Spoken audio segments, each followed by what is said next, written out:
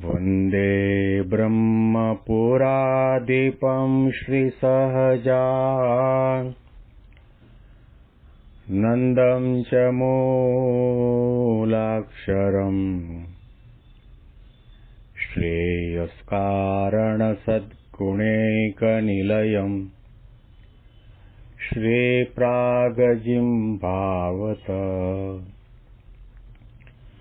ब्रह्मोपासनधारकं गुरुहरिं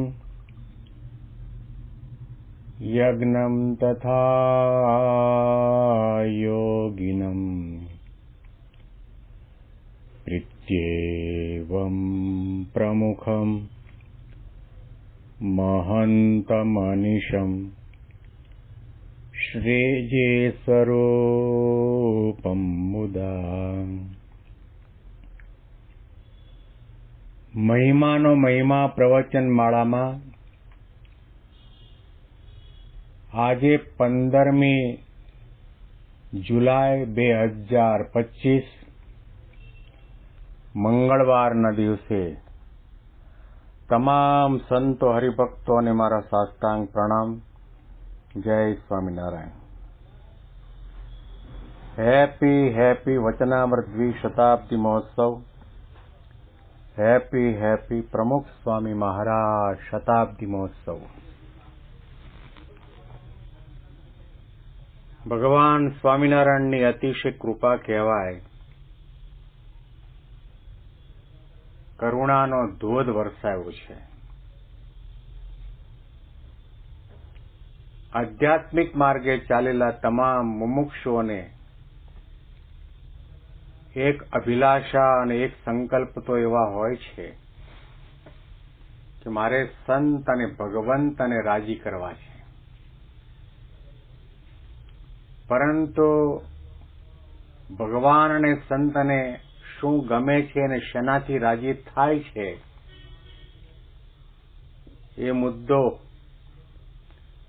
હાથમાં આવવો ઘણો મુશ્કેલ છે. મનધારી રીતે ઘણા સાધનો લોકો કરતા હોય છે. કરે છે તે સારું છે અને અભિનંદનને પાત્ર પણ છે. પરંતુ એની સાધનાની સમાપ્તિ જલ્દીથી થાય.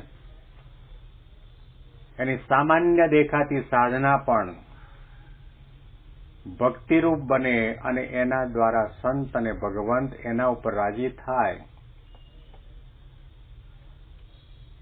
એના માટેના મુદ્દા મહારાજે પોતાને શું ગમે છે અને શું નથી ગમતું રાજબાઈના પ્રશ્નના જવાબમાં બહુ વિસ્તારપૂર્વક આપણને કહ્યું છે. કયા ગુણે કરીને રાજી થાય અને કયા દોષે કરીને આપણા ઉપર કુરાજી થાય. વચનામૃતનો અંતિમ ભાગ અને અંતિમ 2 પંક્તિ જે આપણે સાંભળી રહ્યા છીએ.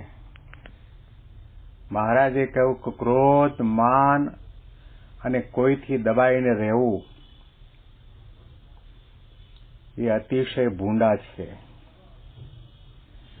અને આગળનો એક મુદ્દો પછી મહારાજ કહે છે અને હરિભક્ત અને માહોમાહી બરોબરિયાપણું રહે પણ એકનો ભાર ન આવે એ પણ અતિશય ભૂંડું છે. 3 વસ્તુ ભૂંડી તો મહારાજે બતાવી. ક્રોધ, માન અને કોઈથી દબાઈને રહેવું ને જે કેવું ઘટે ન કહેવાય એ 3 તો અતિશય ભૂંડા છે જ. પણ સત્સંગમાં આવ્યા પછી આપણને કોઈ સંતના સાથે, હરિભક્તના સાથે, સત્સંગીના સાથે બરોબરિયાપણું આવી જાય. એમાં શું એ તપ કરે હું કરું છું, એમાં શું એણે દાન કર્યું તો મેં કર્યું છે, એમાં શું એણે પ્રદક્ષિણા કરી તો મેં પણ કરી. એ મારાથી મોટો નથી, હું પણ કંઈક છું. બરોબરિયાપણાનો ભાવ જ્યારે આવે છે એની પાછળનું મુખ્ય કારણ આપણામાં રહેલો અહંકાર ને આપણી સાધનાનું માન છે. સ્વામીએ કહ્યું કે મુમુક્ષુ સાચો કોને કહેવાય કે સત્સંગમાં દરેકને પોતાનાથી મોટા માને, દરેકને પોતાથી સમજુ માને, દરેકને પોતાથી જ્ઞાની માને, અને હું સત્સંગમાં કંઈ સમજતો નથી, મારે સમજવાનું, કરવાનું, વિચારવાનું બધું બાકી છે. નાનામાં નાનો હોય એને પણ માથાના મુગટ સમાન માને, બરોબરિયાપણાનો ભાવ ક્યારેય પણ આવવા ન દે. બરોબરિયાપણાનો ભાવ આવ્યો, મહારાજે કહ્યું એ અતિશય ભૂંડું છે.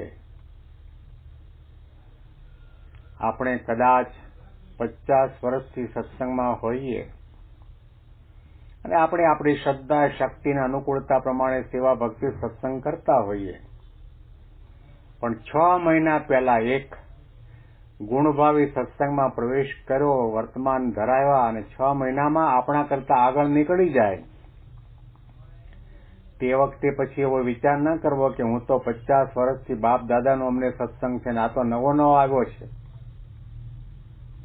આગળ નીકળે તો રાજી થવું અને એવો વિચાર કરવો કે આગળ નીકળ્યો છે, હમણાં 6 મહિનામાં મારા કરતા 1000 ગણી સાધના, તપ, વ્રત, દાન, સેવા, ભક્તિ કર્યા છે, અને કદાચ ન કર્યા દેખાતા હોય તો આગલા જન્મમાં કરીને આવ્યો છે. યોગી બાપા ઘણી વખત વાત કરતા કે એકાદશી આપણે નિર્જળા કરી હોય અને આપણે જે મંડળમાં રહેતા હોઈએ, આપણી ઉંમર 60 વર્ષની હોય અને આપણા મંડળની અંદર બીજો નવયુવાન 25 વર્ષનો તગડો હોય, એ જો એકાદશીના દિવસે 3-4 ટાઈમ ફરાળ કરતો હોય તો આપણને મનમાં એના પ્રત્યે અણગમો થાય. ભલે કદાચ વિવેક ખાતર એને અડધૂત ન કરીએ, એના માટે ઘસાતું ન બોલીએ, પણ મનમાં ભાવફેર તો થઈ જાય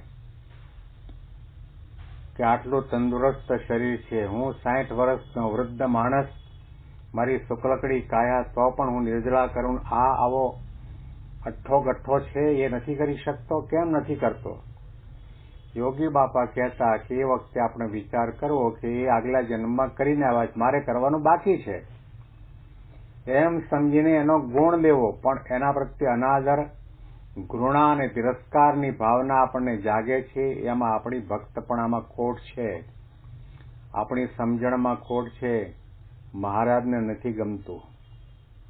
બરોબરિયાપણું તો રાખવું જ નહીં, બધાને પોતાથી મોટા માનવા, બધાને પોતાથી પૂજ્ય માનવા, બધા આગળ વધતા હોય એને દેખીને રાજી થવું, એનામાં 5-50 નાના મોટા આધ્યાત્મિક ગુણો હોય એને જોઈને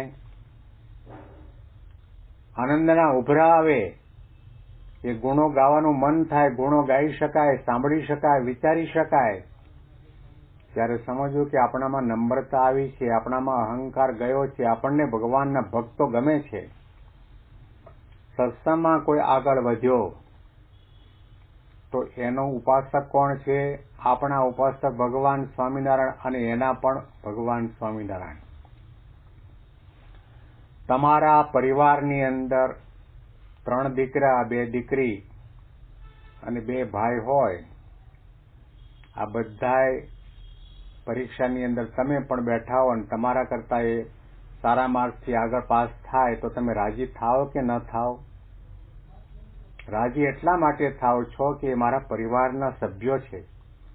એવી રીતે જે આપણાથી આગળ નીકળ્યો છે, જેની વાહવા થાય છે, જેનું સન્માન થાય છે, એનો એમ વિચાર કરવો કે એના ઈષ્ટદેવ ભગવાન સ્વામિનારાયણ અને મારા ઈષ્ટદેવ પણ ભગવાન સ્વામિનારાયણ છે.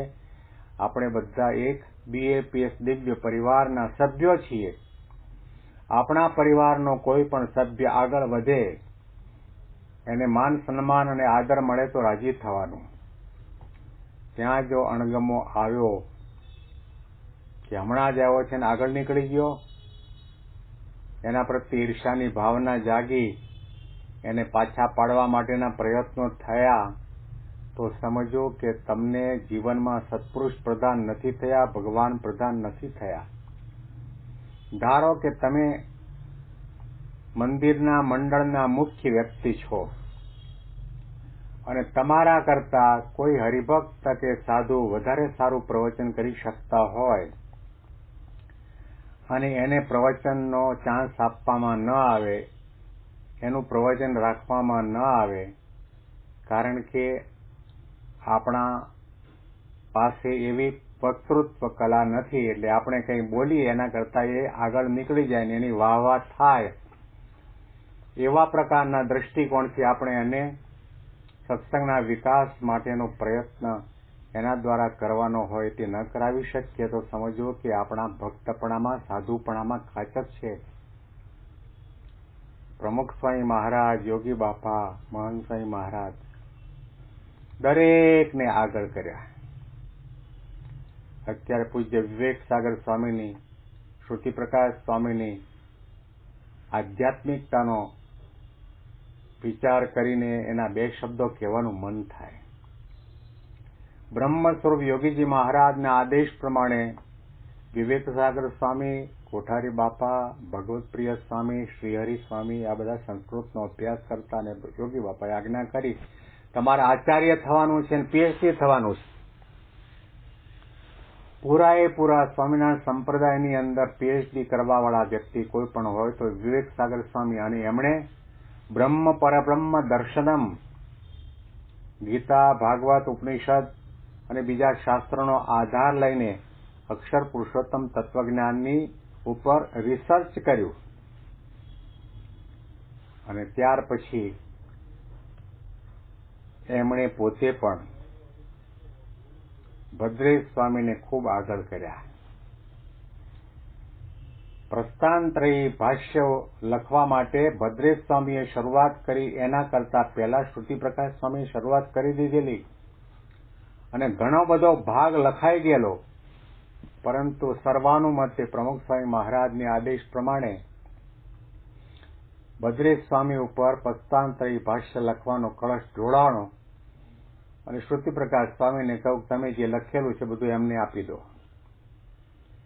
વિવેક સાગર સ્વામી કે શ્રુતિપ્રકાશ સ્વામીને લેશ માત્ર પણ મનમાં થડકો નથી થયો કે આ અમારાથી ઘણો જુનિયર સાધુ કહેવાય, અમારાથી આગળ રાજી થાય છે. આનું નામ સત્સંગ પચાવ્યો કહેવાય, આનું નામ સાધુતા કહેવાય, આનું નામ નિર્માનીપણું કહેવાય. બાકી વિવેક સાગર સ્વામીના સમયનો જે લોટ હતો ત્યાર પછીના લોટની અંદર વધારેમાં વધારે અભ્યાસ કરવાવાળા કોઈ પણ સંત હોય તો શ્રુતિપ્રકાશ સ્વામી, પણ એમણે પણ પોતાનું સંશોધન કરેલું લખાણ બધું ભદ્રેશ સ્વામીને આપી દીધું છે અને રાજી થયા છે. જ્યારે તમે આવા કાર્યની અંદર નમતું મૂકો, સૌનો આદર કરો, સૌ કોઈના ઉત્કર્ષની અંદર રાજી થાવ તો સમજો કે ભગવાન અને સંત આપણા ઉપર રાજી થાય. એટલા માટે મહારાજે કહ્યું કે